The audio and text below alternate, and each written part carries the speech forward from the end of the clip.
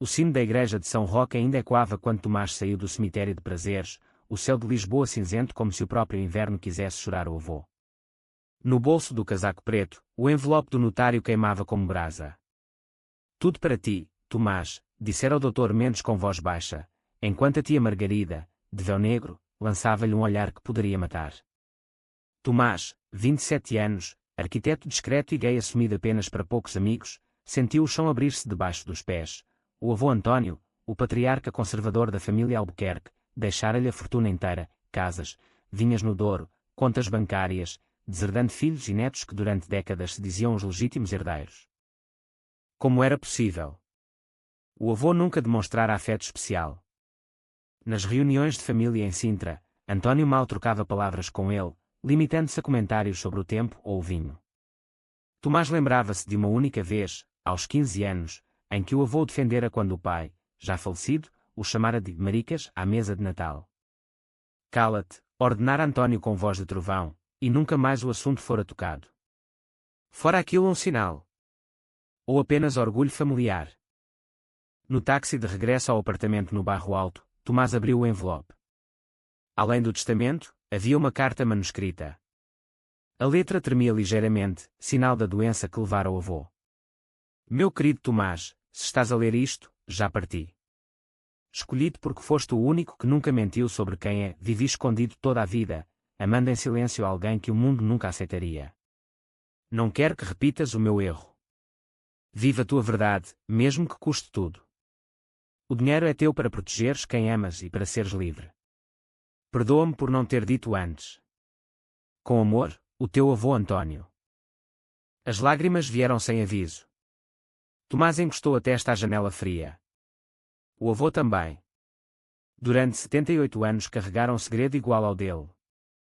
Toda aquela rigidez, aquela distância, fora a armadura. E agora, com um gesto póstumo, destruir a família para lhe dar liberdade. Chegou a casa e encontrou Miguel à espera, encostado à porta do prédio com um café na mão. Miguel, o namorado de 2 anos, fotógrafo freelance, alto, cabelo encaracolado, sorriso fácil que escondia inseguranças profundas. Como foi? Perguntou, abraçando, Tomás mostrou-lhe a carta sem falar. Miguel leu em silêncio, os olhos marejados. Ele sabia de nós. Não sei. Mas sabia de mim. Tomás sentiu o peso do mundo nos ombros. Amanhã a família vai explodir. Mal sabia ele quão certo estava. Na manhã seguinte, a mansão de Cascais parecia um campo de batalha. Tia Margarida, prima João e tio Ricardo gritavam com o notário. Fraude. Demência senil, berrava Margarida, o rosto vermelho. Quando Tomás entrou, o silêncio caiu como uma guilhotina. Todos os olhares o cravaram. Então o menino bonito ganhou o jackpot, ironizou João, 32 anos, empresário falido que vivia à custa do avô. Porque tu, Tomás? Por seres o queridinho. Tomás respirou fundo. Não sei. Mas é legal. Ricardo avançou, dedo em riste. Vamos contestar. Isto não fica assim. E sabes porquê te deu tudo? Porque eras o único que não pedia. Ou porque baixou a voz, venenoso, porque partilhavam o mesmo pecado. A sala gelou. Margarida fez o sinal da cruz. Tomás sentiu o sangue fugir do rosto. Alguém sabia? Ou era apenas o ódio a falar? Nessa noite, no apartamento, Miguel tentava acalmá-lo. Não ligues. São invejosos. Mas Tomás não conseguia dormir. A carta do avô queimava na mesa de cabeceira. Viva a tua verdade, mesmo que custe tudo. Custaria quanto? A família já o odiava. E se perdessem o processo, ficaria com tudo. E se ganhassem, perderia tudo, inclusive a prova de que o avô o amara de verdade. No dia seguinte, recebeu uma chamada desconhecida. Tomás Albuquerque. Aqui fala Laura Mendes, sobrinha do notário. O seu avô deixou outra coisa para si. Um envelope selado, só para abrir sozinho. Posso entregar amanhã. O coração disparou. Mais segredos. Quando desligou, Miguel olhava-o preocupado. Vais abrir comigo? Tomás hesitou. Preciso de fazer isto sozinho. A dúvida instalou-se entre eles pela primeira vez. Miguel virou-se na cama, costas rígidas. Tomás ficou acordado até amanhecer, perguntando-se se a herança não seria apenas dinheiro, mas uma bomba que destruiria tudo o que construíra. Laura Mendes apareceu às 10 da manhã, uma mulher de 40 e poucos anos, elegante, olhar sério. Entregou-lhe um envelope amarelecido. O meu tio disse que era pessoalíssimo. Boa sorte. Tomás esperou que ela saísse para abrir. Dentro, fotografias antigas em sépia e uma segunda carta. As fotos mostravam o avô jovem, talvez 25 anos, abraçado a outro homem na praia da Figueira da Foz, anos 50. Ambos sorridentes, sem medo, ou com medo escondido. O outro homem era belo, cabelo claro, olhos claros. Na segunda carta, ele chamava-se Eduardo. Foi o amor da minha vida. Durante 10 anos encontrámo-nos em segredo. Quando a família ameaçou deserdar-me, casei com a tua avó para salvar as aparências. Eduardo emigrou para o Brasil, morreu há 20 anos. Guardei estas fotos como único tesouro. Agora são tuas. Encontra alguém que possas amar à luz do dia. Não cometas o meu erro. Tomás chorou como criança. O avô sacrificara o amor pela fortuna, pela fachada. E agora entregava-lhe ambas, fortuna e lição. Ligou para Miguel, mas caiu na caixa postal. Estranho. Miguel nunca desligava o telefone. Foi ao estúdio no Lisboa Factory onde ele trabalhava. Encontrou-a a arrumar equipamento, rosto fechado. Não atendeste. Estava ocupado. Miguel não olhava nos olhos. Posso mostrar-te o que recebi. Não preciso de ver mais provas de que o teu avô te amava mais do que ninguém. A voz tremia de ciúme. Tomás gelou. Estás com ciúmes do meu avô morto. Não é do avô. É de tudo isto. Miguel apontou em volta. De repente és rico, herdeiro de segredos românticos, e eu sou só o namorado que fotografa casamentos alheios. Sinto-me pequeno. As palavras doeram mais do que os insultos da família. Tomás tentou abraçá-lo, mas Miguel recuou. Preciso de tempo. Saiu do estúdio com o peito apertado. Pela primeira vez desde que se conheciam, dormiram em casas separadas. Dias depois, o processo judicial começou. A família contratara o melhor advogado de Lisboa. Acusações de coação, incapacidade mental, influência indevida. Tomás contratara uma advogada jovem e feroz, Inês Correia, lésbica assumida que entendera imediatamente o que estava em jogo. Na primeira audiência, Margarida deve chorando. O meu pai nunca faria isto. Foi manipulado pelo neto pela vida dele. O juiz franziu o sobrolho ao ouvir a insinuação. Tomás testemunhou com voz firme. Contou a carta, sem revelar o segredo do avô. Ele escolheu-me porque quis. Ponto. À saída do tribunal, João aproximou-se. Se não desistires, vamos tornar a tua vida um inferno. Sabemos onde o teu namoradinho trabalha. A ameaça foi o golpe final. Nessa noite, Tomás bebeu sozinho no apartamento. Pensava no avô, em Eduardo, em Miguel. Todos escondidos, todos sofrendo. Seria este o preço da verdade? No dia seguinte, Miguel apareceu de madrugada, olhos vermelhos. Desculpa. Tive medo de te perder para este novo mundo. Tomás abraçou-o forte. Nunca. Mas tenho de lutar por isto. Pelo avô. Por nós. Fizeram as pazes em silêncio, corpos próximos sem necessidade de palavras. Mas o medo permanecia, a família não desistiria. Então chegou a surpresa.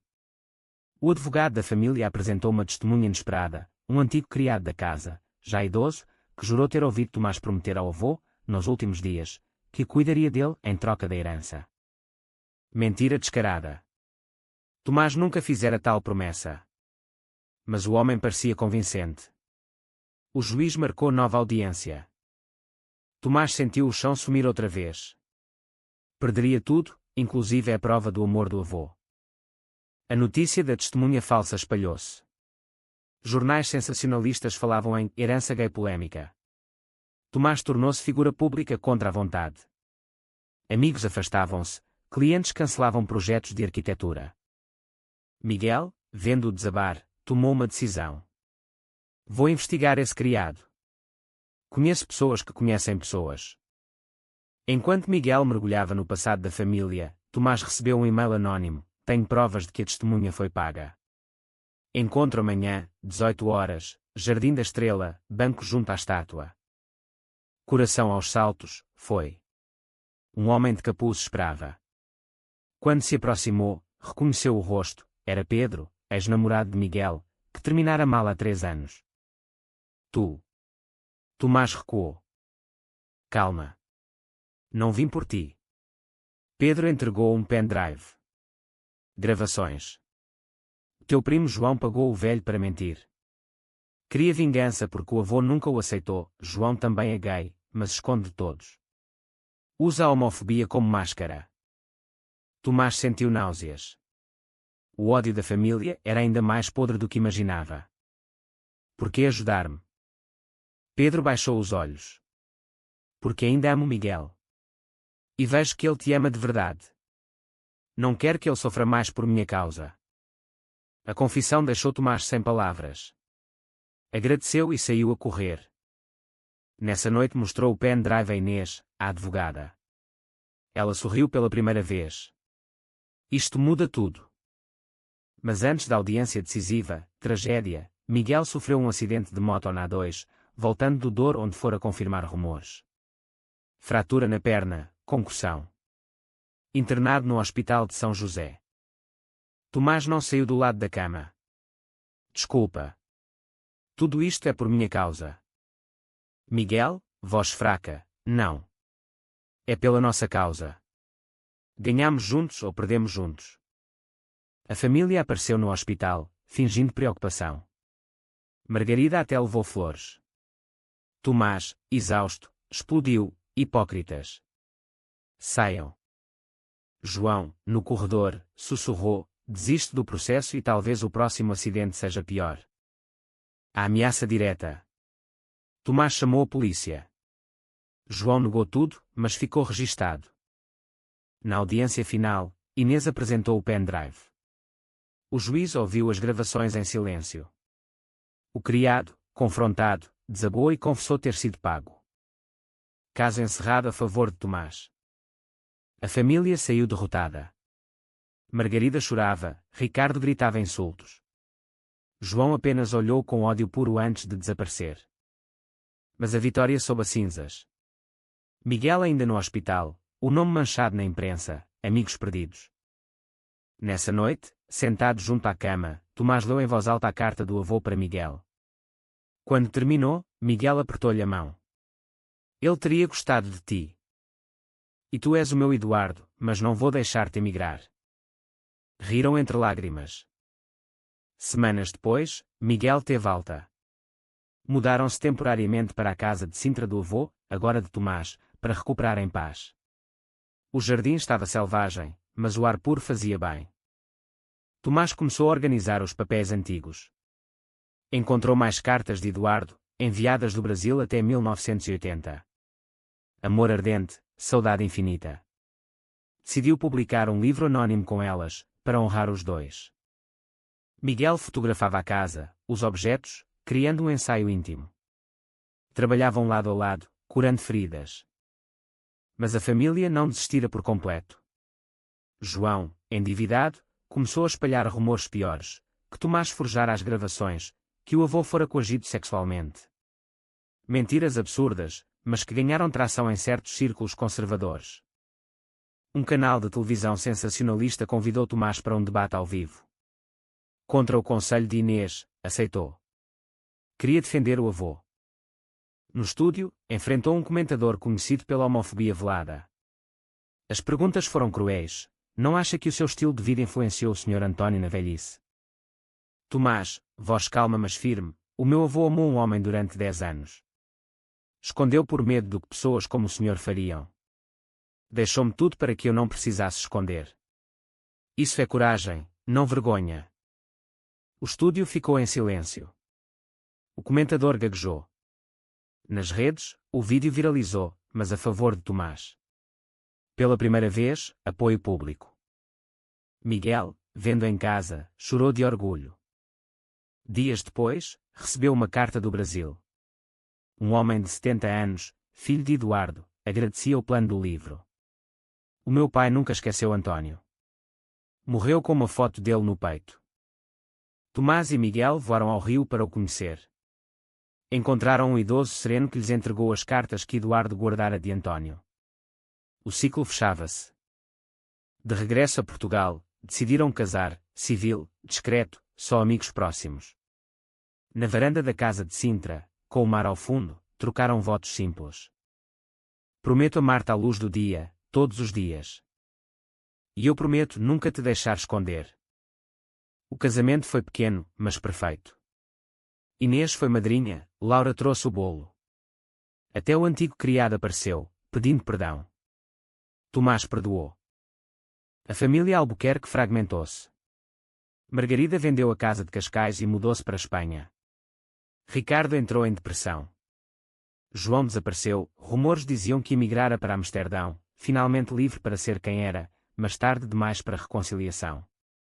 Tomás e Miguel abriram uma fundação com parte da herança, apoio a jovens LGBT idosos, aqueles que, como António e Eduardo, viveram escondidos. Chamaram-na Luz do Dia. O livro saiu anonimamente, mas tornou-se best-seller. Críticos elogiaram a força do amor proibido. Leitores enviavam cartas de gratidão. Um ano depois, adotaram um cão, um labrador dourado que chamaram Eduardo. Corria pelo jardim de Sintra enquanto eles trabalhavam, Tomás projetava casas sustentáveis, Miguel expunha fotografias em galerias de Lisboa e Porto. Mas nem tudo era paz. Miguel começou a ter pesadelos com o acidente. Acordava suado, gritando. Tomás segurava-o até amanhecer. Tenho medo de te perder, confessava Miguel. Já passámos pelo pior. Agora só resta o melhor. Uma noite, durante uma exposição de Miguel no Chiado, Tomás sentiu-se observado. No fundo da sala, um homem alto, cabelo grisalho, olhos familiares. Quando se aproximou, o homem sorriu triste. Sou o João. Tomás gelou. O que queres? Pedir desculpa. E agradecer. João tinha os olhos vermelhos. Depois de tudo, vim viver a minha verdade em Amsterdão. Encontrei alguém. Percebi o que o avô tentou fazer por ti e por nós. Estenderam a mão. Um aperto breve, mas carregado de anos de dor. Ele teria ficado orgulhoso de ti também, disse Tomás. João assenti. 2 anos velados. A Fundação Luz do Dia já ajudara dezenas de idosos a saírem do armário tardio, a reconciliarem-se com famílias ou a encontrarem comunidade. Tomás e Miguel viajavam pelo país dando palestras discretas, contando, sem nomes, a história de António e Eduardo. Numa tarde de outono, regressaram ao cemitério de Prazeres. Levaram flores ao túmulo do avô. Tomás ajoelhou-se. Obrigado por tudo. Encontrei o meu Eduardo. E ele fica. Miguel pousou a mão no seu ombro. O sol de Lisboa banhava-os em luz dourada, sem sombras. Na saída, encontraram um jovem de 19 anos junto a um túmulo próximo, chorando. Tomás reconheceu o olhar, o mesmo que tivera aos 15 anos. Aproximou-se devagar. Precisas de falar. O rapaz ergueu os olhos assustados, depois aliviados. Como soube? Tomás sorriu. Porque já estive aí. Vem, tomamos um café. Temos uma história para te contar. Enquanto caminhavam para o portão, Miguel apertou a mão de Tomás. O legado do avô continuava, não em dinheiro, mas em coragem para amar sem medo. E assim, em Lisboa, sob o mesmo céu que testemunhara segredos e dores, nascia mais uma luz do dia.